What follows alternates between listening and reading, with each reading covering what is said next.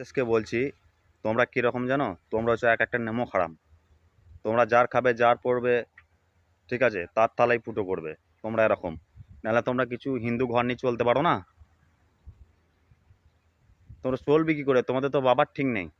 তোমাদের 4টে করে বাবা, তোমরা চলবি কি করে? তোমাদের তো কতগুলো বাবা ঠিক নেই। এ দেশ ও দেশ সে দেশ তোমাদেরকে উস্কাইছে, আর তাদের উস্কুনিতে তোমরা লাফাইছো। ঠিক আছে, মানুষের যখন ছিল্লা ধরে না, তখন সে অনেক কিছু করে।